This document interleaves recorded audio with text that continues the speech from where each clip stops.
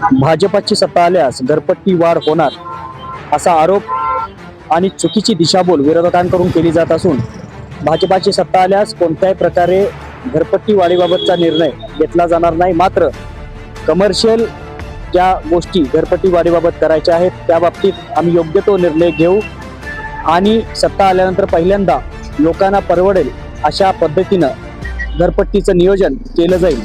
त्यामुळे विरोधकांच्या या भूलथापांना आणि अफवांवर विश्वास ठेवू नका असे आवाहन भारतीय जनता पार्टीचे प्रदेश उपाध्यक्ष शेखर इनामदार यांनी केलं आहे।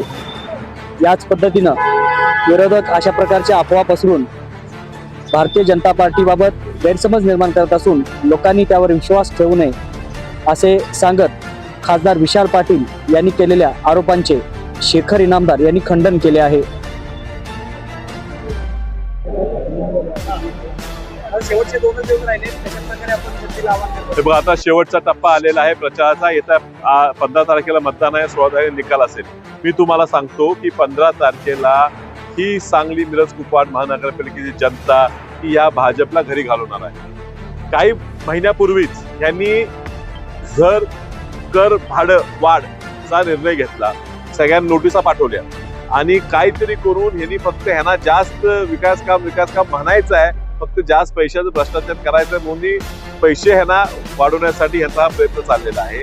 लोकांचा आक्रोश, जनता प्रत्येक जण रस्त्यावर आली, विरोध केला आणि म्हणून यांनी तोंडी सांगितलं स्थगिती दिली आहे। कुठलाही त्या पद्धतीचा ठराव यांनी केलेला नाही। ह्यांचा हा डावच आहे। पुन्हा जरी सत्तेत आली तर आपल्या स्वतःच्या घरात राहण्यासाठी ह्यांना आपल्याला लाखो रुपये महिन्याला आणि वर्षाला द्यावे लागणार आहेत। त्यामुळे हा यांचा कट आहे, कारस्थान आहे। जनतेने सावध राहावं।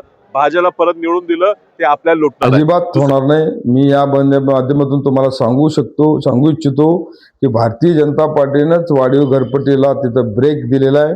येणाऱ्या काळामध्ये जो महत्त्वाचा प्रश्न आहे कमर्शियलच्या बाबतीत तो पण मोठा निर्णय भारतीय जनता पार्टी घेणार आहे आणि निवडून आल्यानंतर सांगलीकरांना मोठा दिलासा देणारी घरपट्टी असेल। जुनी घरपट्टी तुमची जुन्या पद्धतीचे काही बदल पण होतील। कमर्शियल बाबतीत आम्ही एक मोठा निर्णय घेण्याचा आतापर्यंत पोहोचलेला आहे। चांगला निर्णय घेणार आम्ही।